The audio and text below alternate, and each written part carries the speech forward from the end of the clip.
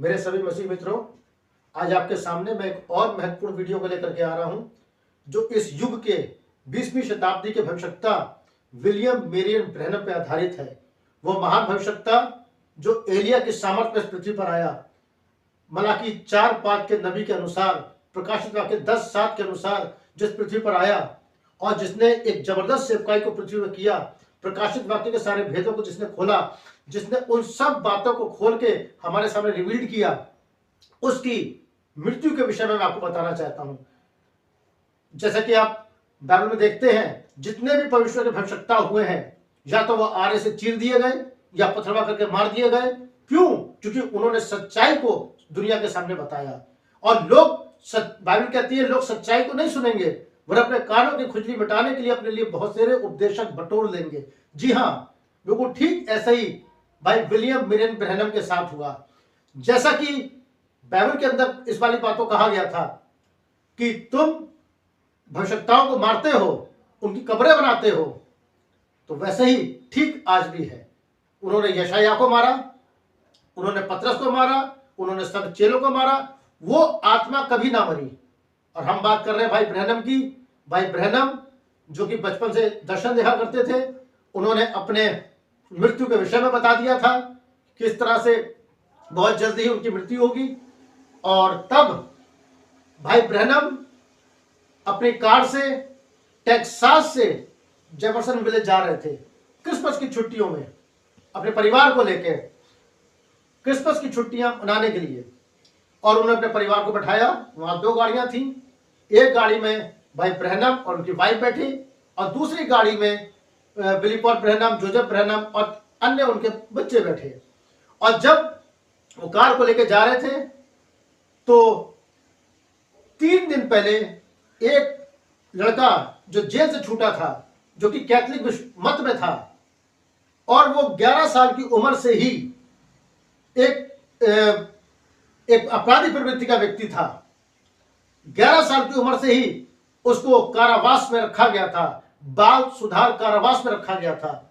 और वो लगभग 30 दिन पहले ही छूट के आया था, और अपने पिता के द्वारा उसको एक पुरानी कार मिली थी। वो शराबी व्यक्ति था, नशे में धुत व्यक्ति था, और अपने दोस्तों के साथ में वो उसी मार्ग से जा रहा था जिस मार्ग से भाई ब्रैनम और बिली पॉल ब्रैनम आ रहे थे। और शराब में धुत अपने दोस्तों के साथ वो कार की ड्राइविंग कर रहा था। और भाई बिली पॉल की कार आगे आगे थी और भाई ब्रैनम की कार पीछे पीछे थी। और बिली पॉल जब अपनी कार से वहां से निकले, तब उन्होंने पाया कि एक बहुत तेजी से गाड़ी सामने आ रही है, जिस गाड़ी की एक लाइट टूटी हुई है, खाली एक लाइट जल रही है। अंधेरे के उसमें उनको ऐसा लगा कि सर कोई बाइक आ रही है। लेकिन जब जैसे पास गाड़ी आई, विली पॉल ब्रैनम इस वाली बात को समझ गए कि ये कोई बाइक नहीं है, वरन ये कार है, क्योंकि उसकी एक लाइट नहीं जल रही थी। और बहुत तेजी से उन्होंने अपनी कार को बचाया, और वो नशे में धुत लोग उस कार को चलाते हुए आगे ले गए। और तब विली पॉल ब्रैनम इस वाली बात को सोचने लगे कि पीछे मेरे पिताजी आ रहे हैं, उनको तो अब तक आ जाना चाहिए था। मेरे पास तक आने में लगभग मुश्किल से उनको 3 मिनट लगते। लेकिन जब उन्होंने पीछे धमाके की आवाज सुनी, उनका दिमाग ठनका, वो कार से उतरे, परिवार के साथ वहां भागे, तो भाई बड़ा एक्सीडेंट हो चुका था। भाई ब्रैनम की कार से उन शराबियों की कार टकरा चुकी थी। भाई ब्रैनम की कार इतनी ज्यादा क्षतिग्रस्त हो चुकी थी कि उसमें भाई ब्रैनम फंसे हुए थे। उनका पांव वहां स्टीयरिंग व्हील फंसा हुआ था, जैसा कि आप वीडियो में देख रहे हैं कि उनका पांव स्टीयरिंग व्हील फंसा हुआ है। पीछे उनकी पत्नी मैडम वहां बैठी हुई है, उनकी पत्नी जो कि वहां पे है, वो भी कार में फंसी हुई है। और तब विली पॉल ब्रैनम और लोग चिल्लाए कि मैडम तो खत्म हो चुकी है, मैडम मर चुकी है। और बड़ी मुश्किल से भाई ब्रैनम को उन्होंने उसमें से निकाला, और जब उनको अस्पताल में भर्ती किया, तब भाई ब्रैनम बिल्कुल मूर्छित सी अवस्था में थे। और वो तारीख 18 दिसंबर की थी।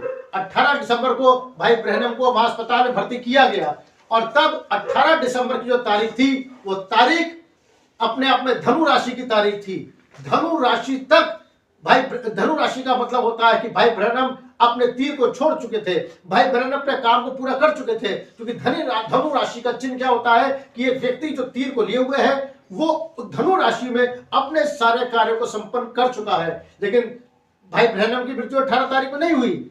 6 दिन तक वो अस्पताल में रखे रहे। जब अस्पताल में रखे रहे, तो अस्पताल में जिस इमरजेंसी वार्ड में उनको रखा गया था, लगभग सारे व्यक्ति जो मरीज वहां पे थे वो चंगे होकर अपने घर को चले गए। भाई ब्रैनम अभी भी वहां भर्ती थे। भाई ब्रैनम ऐसी अवस्था में थे कि उनके मुंह से शब्द नहीं निकल रहे थे, और फिर धीरे धीरे लोगों ने उनके ऊपर ट्रीटमेंट करना शुरू किया। और फिर भाई ब्रैनम ने अपनी आंखों को भी खोला, देखा, और वो अपने हाथ को जो है मैडक सिस्टर की ओर करा और कहा कि मां को अभी रहने दे। लोगों ने सोचा कि भाई ब्रैनम सही हो जाएंगे, लेकिन वास्तव में भाई ब्रैनम को अब इस दुनिया से जाना था। परमेश्वर ने उनके जाने की तारीख को तय कर लिया था, और तब धीरे धीरे समय गुजरता चला गया। भाई ब्रैनम की पल्स जाने लगी।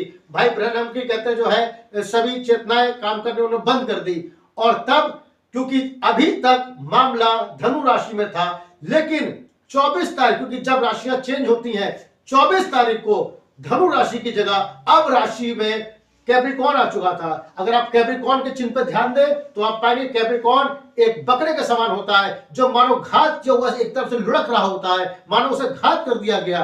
और तब 24 तारीख को भाई ब्रैनम प्रभु में सो गए, और जब भाई ब्रैनम प्रभु में सोए तो वहां पे बड़ा विलाप होने लगा, बहुत विलाप होने लगा। और आसमान में अगर हम देखा जाए तो चांद लहू हो चुका था।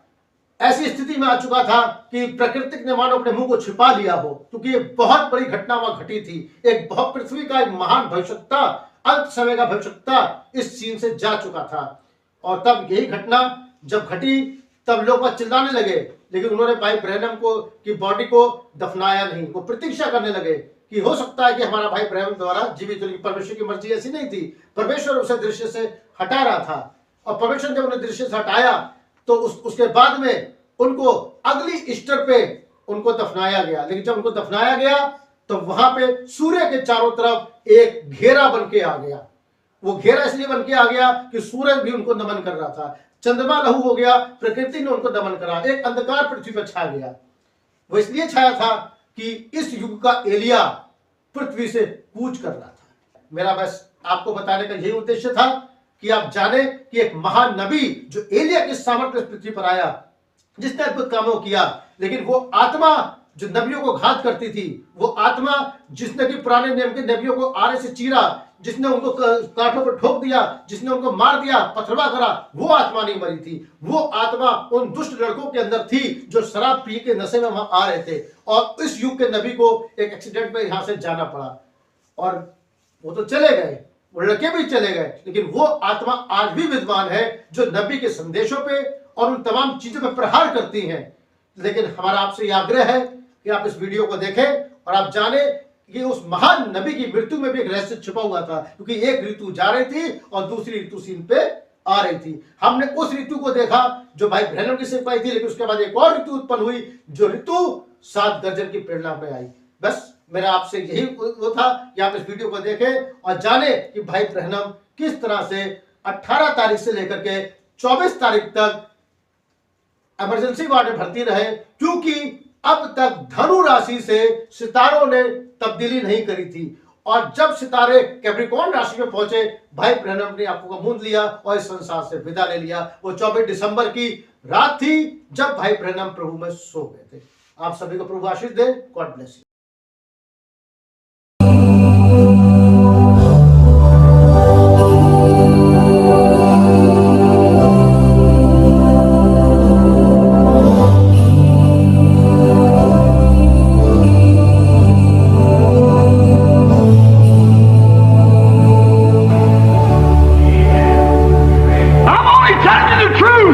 मैं केवल आपको सच बता रहा हूं।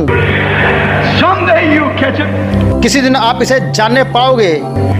Someday you'll know that I've told you the truth. किसी दिन तुम्हें पता चलेगा कि मैंने तुम्हें सच बताया है। My voice may be silent. मेरी आवाज खामोश हो सकती है। You might be able to silence the body that's speaking, but you'll never silence that voice. हो सकता है आप उस शरीर को चुप कराने में सक्षम हो जो बोल रहा है, लेकिन आप उस आवाज को कभी भी खामोश नहीं कर पाएंगे। It comes from God. यह परमेश्वर की ओर से है। They stoned Stephen, but they couldn't stop his message. उन्होंने स्तिफनुस को पथरवा किया, परंतु वे उसका संदेश नहीं रोक सके। It'll move on. And tapes will be played after I'm gone for years. ये निरंतर आगे बढ़ेगा। ये टेप मेरे जाने के बाद भी वर्षों तक चलाए जाएंगे।